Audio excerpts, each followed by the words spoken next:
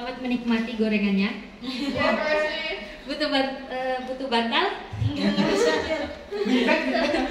Butuh door prize. Sambil tiduran? Bablas ntar. Yang terhormat pejabat pusat. Siapa ya? Gorengannya. Langsung makanya kesini. Mobil bakti. Mas Agung udah teramat belum? Oh, pusing kok matamu. Nanti hari ini ada penyusup satu ya, pejabat pusat ya. Penyusup ya. Ayo sih lanjut. Penyusup. Udah. Udah mulai. Sudah, ya boleh. Assalamualaikum warahmatullahi wabarakatuh. Waalaikumsalam warahmatullahi wabarakatuh. Selamat pagi rekan-rekan semuanya. Pagi. Pertama-tama, marilah kita panjatkan puji dan puja syukur kita terhadap kehadirat Allah Subhanahu wa taala yang mana pada pagi hari ini kita masih diberikan karunia kesehatan dan kesempatan untuk dapat berkumpul di aula. Asik. Aula ya, nggak ada kursinya. Oke. Yang saya hormati Bapak Nusawan Ramadi, SE AKT MSI selaku Kepala Kampus Insistiani Kampus C, dan yang saya banggakan rekan-rekan kerja semuanya. Enggak bangga kok. Oke, langsung saja. Baiklah, saya mempresentasikan policy service yang ke-6 terkait tentang keep your commitment. Oke. Artinya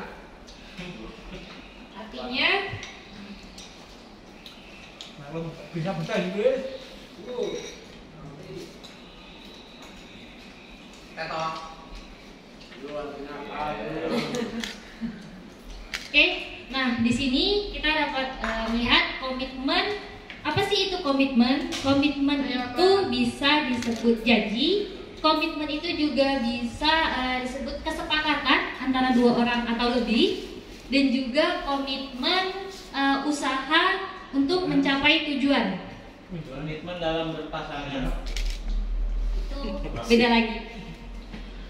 Oke, nah di sini kita bergerak di bidang jasa. Komitmen dari sebuah layanan adalah dengan menciptakan pengalaman yang positif dan menarik untuk pelanggan. Kayak gitu ya. Nah, pengalaman yang positif itu seperti apa?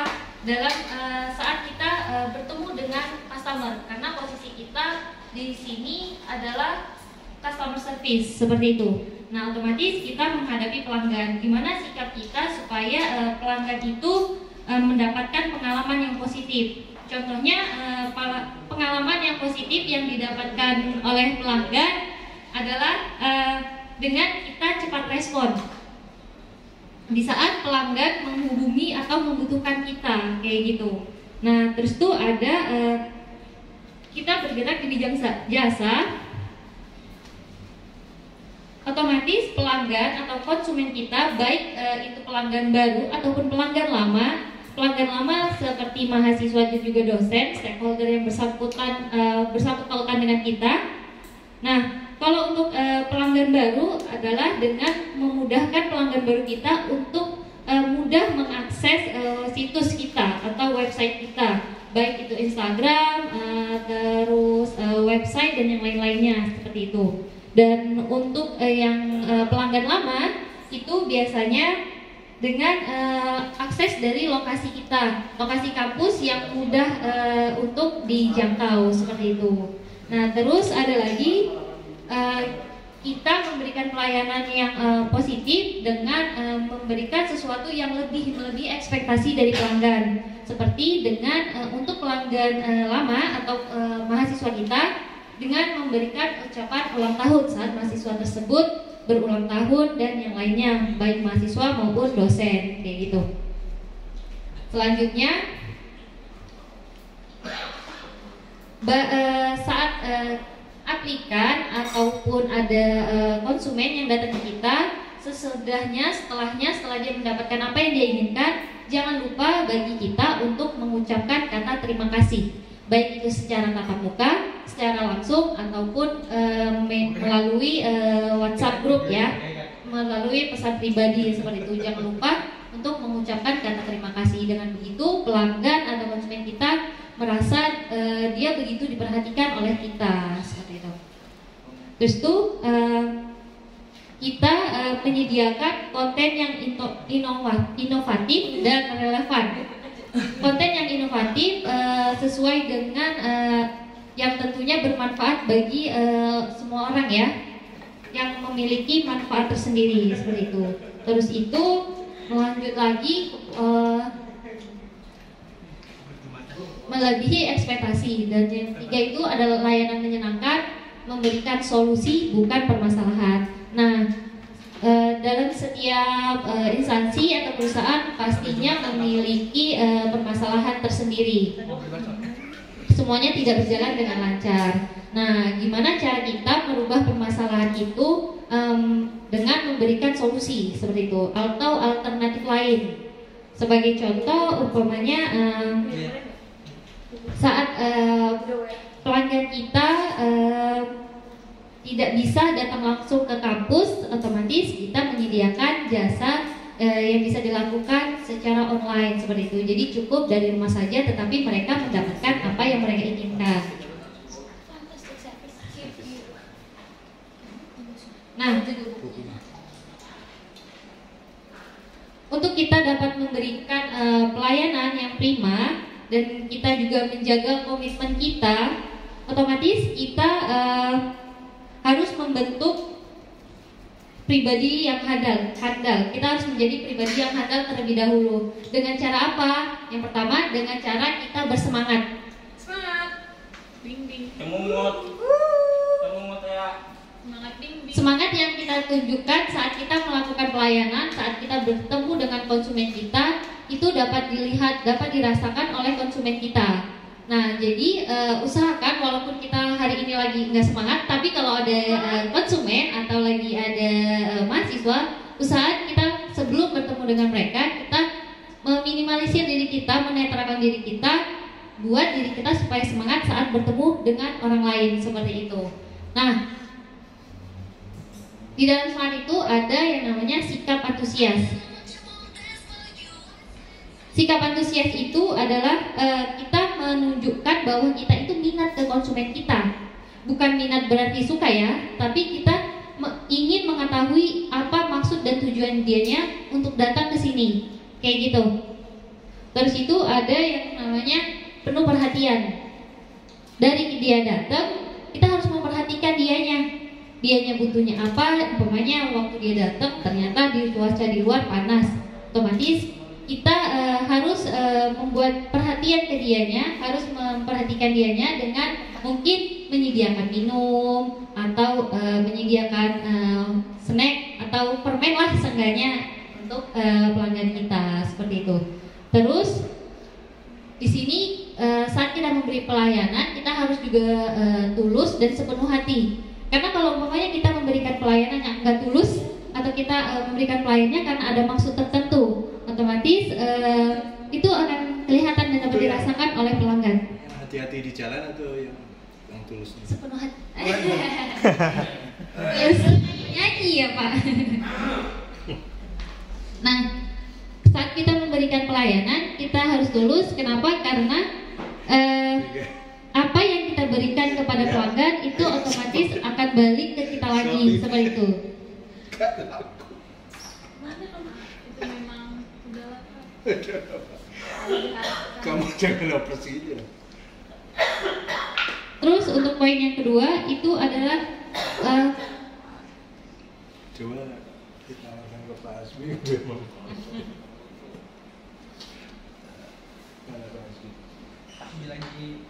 yang kedua itu adalah progresif. Nah, progresif itu apa? Sebagai seorang konsumen atau sebagai seorang customer service, kita harus mampu berpikir progresif. Gimana?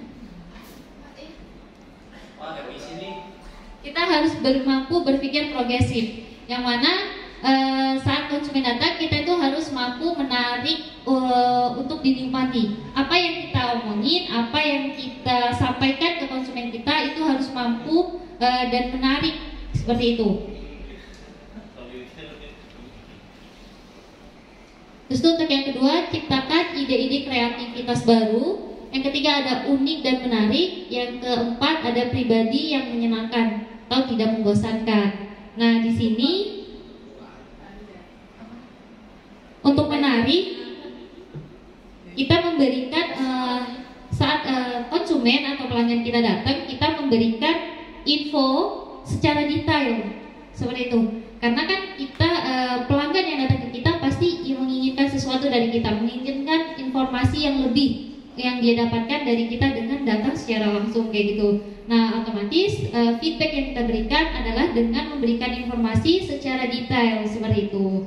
Dan setelah itu otomatis kita juga harus memberikan testimoni ataupun apa sih manfaatnya mereka datang ke kita, manfaatnya mereka setelah memilih kita, apa yang mereka bisa mereka dapatkan seperti itu. Terus itu dengan kita memberikan review dari mahasiswa-mahasiswa kita yang berprestasi. Terus itu lanjut lagi adalah melakukan survei keinginan. Melakukan survei keinginan. Nah pelanggan kita pasti setiap tahunnya memiliki minat dan keinginannya masing-masing. Nah otomatis agar kita bertahan di dunia jasa yang bergerak di bidang jasa, otomatis jika kita ingin bertahan kita harus melakukan survei minat mana yang peminatnya jauh lebih banyak, jauh lebih diminati oleh pelanggan atau mahasiswa kita yang ingin melanjutkan ke jenjang yang lebih tinggi seperti itu. Terus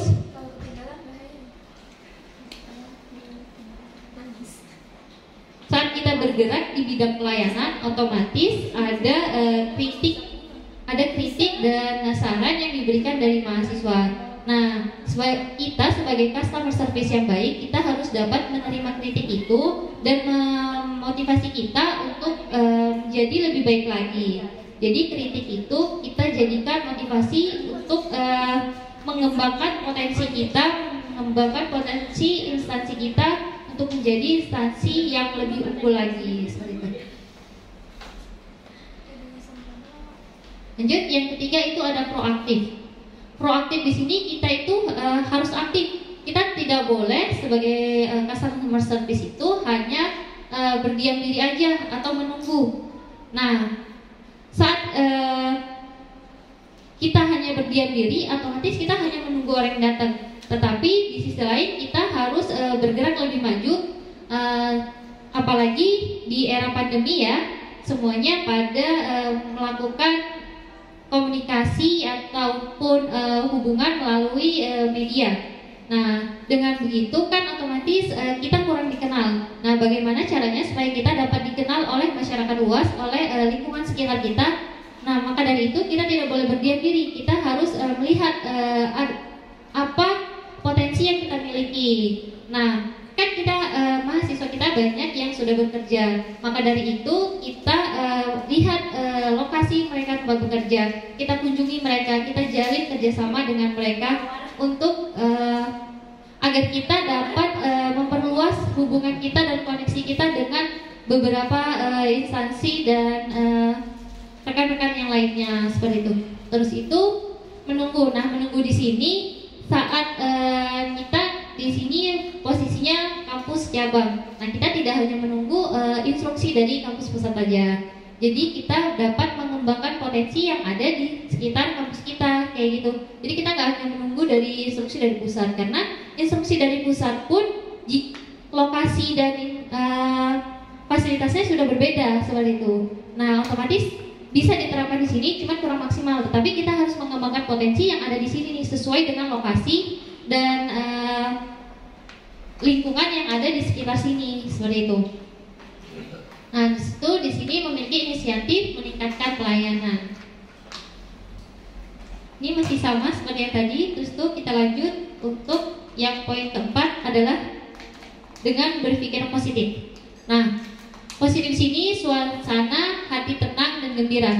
Nah, saat kita melayani pelanggan, usahakan untuk membuat suasana hati kita itu tenang, gembira, dan satu lagi berpikir positif bahwa orang yang datang ke kita itu bakalan daftar di kita. Nggak hanya tanya-tanya doang. Kita harus berpikir dia datang untuk jadi mahasiswa baru kita. kayak gitu. Ataupun untuk di bidang pelayanan lainnya, berpikir positif saat mahasiswa ini datang ke kita menanyakan terkait umpamanya terkait skripsi dan yang lainnya, kita harus berpikir positif bahwa nanti skripsi atau penelitian yang dia teliti itu dapat berguna dan bermanfaat untuk kampus kita ke depannya kayak gitu, berpengaruh untuk kita kayak gitu. Terus tuh sambut dengan hangat dan terbuka, dan yang keempat itu menanggapi permintaan dan pernyataan. Apapun permintaan dari pelanggan kita, sebisa mungkin kita usahakan untuk dapat mengabulkan permintaannya seperti itu. Nah, untuk permintaan dan pernyataan. Nah, saat ada mahasiswa kita yang sekiranya kurang puas dengan pelayanan kita atau dengan sistem kita atau dengan kebijakan-kebijakan yang diterapkan, itu kita harus mampu membuat itu memberikan penjelasan bahwa itu memiliki manfaat yang lebih yang bisa didapatkan oleh konsumen kita, sehingga konsumen kita tetap tertarik untuk bergabung dengan kita kayak gitu.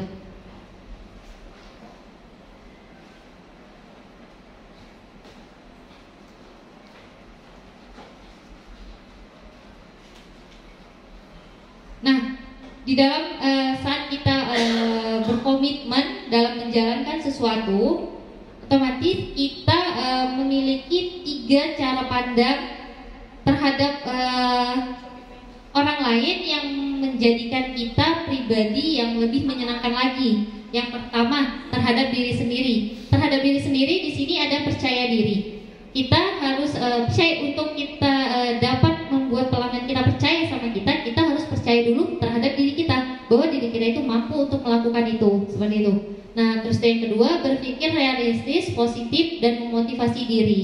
Nah, kita tuh harus berpikir realistis, positif bahwa apa yang kita lakukan itu memiliki manfaat, dan juga kita memotivasi diri kita untuk dapat meningkatkan kualitas diri kita menjadi lebih baik lagi. Terus itu memberi yang terbaik. Nah, sebelum kita memberi pelayanan yang terbaik kepada konsumen kita, otomatis kita harus memberikan yang terbaik dulu untuk diri kita. Saat kita sudah memberikan yang terbaik untuk diri kita merasa bahagia, kita merasa bangga kepada diri kita, otomatis itu akan meningkatkan kepercayaan diri kita untuk menghadapi pelanggan kita. Nah, terakhir itu sudah yang terhadap diri sendiri, dan yang kedua itu cara pandang kita terhadap orang lain itu dengan menciptakan hubungan emosional. Menciptakan hubungan emosional di sini kita harus mampu memahami pelanggan kita, kebiasaan pelanggan kita, terus itu kesukaan pelanggan kita itu apa, dia tipikal orang yang seperti apa. Kita harus mampu mengenali pelanggan kita. Terus itu mengetahui dan memahami keinginan pelanggan datang membutuhkan bantuan kita. Nah, kita harus berpikir positif. Setiap konsumen yang datang ke kita itu karena mereka membutuhkan bantuan kita, baik membutuhkan bantuan secara informasi ataupun bantuan yang lainnya. Jadi kita itu harus mampu mengayomi pelanggan kita, konsumen kita kayak gitu. Terus itu untuk yang ketiga, cara pandang kita terhadap pekerjaan kita yang kita lakukan saat ini. Nah, di sini ada pekerjaan kita penting dan bernilai. Nah, di luar sana banyak orang yang belum bekerja, sementara kita di sini sudah bisa bekerja. Kita bisa mendapatkan penghasilan sendiri seperti itu. Jadi kita harus menganggap bahwa pekerjaan kita itu penting dan bernilai buat kita, yang menjadi tolak ukur diri kita dalam melaksanakan tugas dan tanggung jawab dari pekerjaan kita. Nah, terus itu yang kedua adalah libatkan perasaan, pikiran, dan logika dalam bekerja. Kita tentunya dalam mengemban tanggung jawab kita juga harus melibatkan perasaan. Kita harus merasa bahagia, karena saat bekerja kalau kita tidak bahagia, otomatis kita akan merasa jenuh atau kita merasa bosan bekerja gitu ya. Tapi jadi kita harus melibatkan perasaan kita bahwa kita kerja di sini, kita mendapatkan manfaat dari bekerja di sini, otomatis kita harus membuat saat kita di perusahaan ini kita harus memberikan manfaat yang baik untuk perusahaan di tempat kita bekerja, karena kita juga mendapatkan gaji atau hasil dari pekerjaan kita, kayak gitu. Nah, terus yang ketiga adalah temukan passion, kebahagiaan dan kesenangan saat bekerja. Nah, saat bekerja tentunya dari kita memiliki kebiasaan masing-masing. Ada yang bekerja mungkin sambil dengerin musik, ada yang bekerja sambil ngemil, ada yang bekerja sambil ngobrol seperti itu. Nah, jadi dengan begitu kita nggak merasa terbebani dengan pekerjaan kita seperti itu. Jadi saat kita bekerja banyak tugas, banyak hal yang harus dikerjakan, tapi kita tetap bisa merasa bahagia saat mengerjakan tugas itu. Jadi kita tidak terbebani dan kita dapat melaksanakan tugas dan tanggung jawab kita dengan baik. Oke, dan yang terakhir, pekerjaan yang Anda lakukan adalah anugerah dari Yang Maha Pemberi sebagai jalan pembuka rezeki Anda. Oleh karena itu, syukuri pemberiannya dengan cara melakukan pekerjaan terbaik Anda. Terima kasih.